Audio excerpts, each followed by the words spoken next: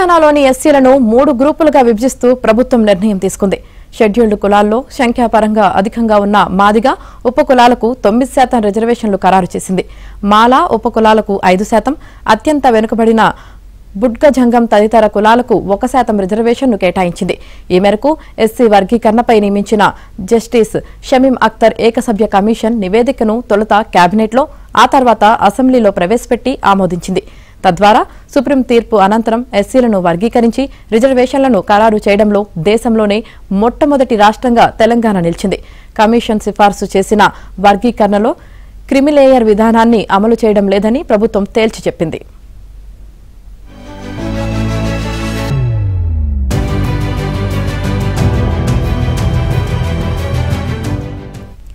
SC వర్గీకరణపై supreme court గత ఏడాది August 1వ తేదీన ఇచ్చిన తీర్పుపై స్పందించిన తెలంగాణ ప్రభుత్వం వర్గీకరణకు కట్టుబడి ఉన్నట్లు అదే రోజు ప్రకటించింది. ఎస్సీ వర్గీకరణ అమలుకు తొలుత గత ఏడాది సెప్టెంబర్ 12న నీటిపారుదల శాఖ మంత్రి ఉత్తమ్ కుమార్ రెడ్డి నేతృత్వంలో మంత్రులు దామోదర రాజనరసింహ, శ్రీధర్ బాబు, పొన్నం ప్రభాకర్, సీతక్క, ఎంపీ మల్లు రవి సభ్యులుగా మంత్రివర్గ ఉపసంఘాన్ని ఏర్పాటు చేసింది.